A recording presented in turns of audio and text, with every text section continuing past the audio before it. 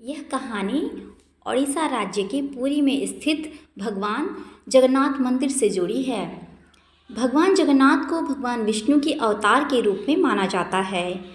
उनकी कहानी के से कई पहलू जुड़े हुए हैं। आज हम उन्हीं के बारे में चर्चा करने वाले हैं।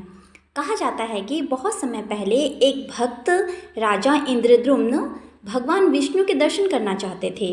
उन्हें एक ऋषि ने बताया कि नीलांचल पर्वत जो वर्तमान पुरी है, वहीं पे भगवान विष्णु एक अद्भुत रूप में प्रकट होंगे। राजा ने वहाँ मंदिर बनवाने का निश्चय किया।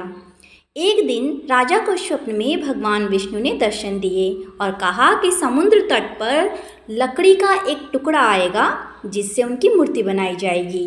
राजा ने उस लकड़ी को प्राप्त किया और मूर्ति बनाने के लिए कलाकारों को बुलाया, लेकिन कोई भी कलाकार भगवान की मूर्ति को पूरा नहीं कर पाया। तभी एक वृद्ध कारीगर जो स्वयं विश्वकर्मा थे, राजा के पास आए और बोले कि वे भगवान की मूर्ति बना सकते हैं, परंतु मूर्ति बनाते समय कोई भी उन्हें नहीं देखेगा। राजा ने उनकी शर्त मान ली। कारीगर ने एक बंद कमरे में मूर्ति बनानी शुरू की और कई दिनों तक दरवाज़ा बंद रखा। कुछ समय बाद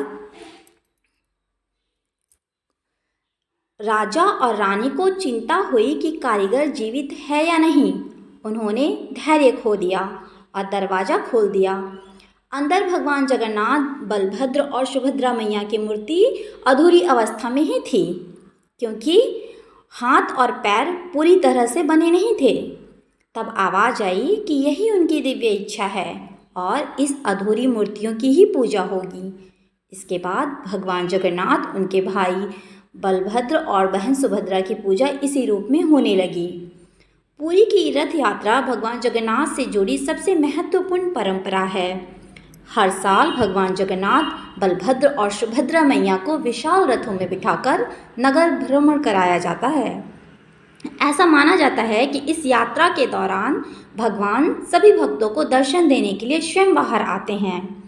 यह कहानी भगवान जगन्नाथ की भक्ति, उनकी कृपा और उनकी अनोखी उपस्थिति का प्रतीक है। हम आशा करते हैं कि आप लोगों को हमारी ये जानकारी पसंद आई होगी। धन्यवाद।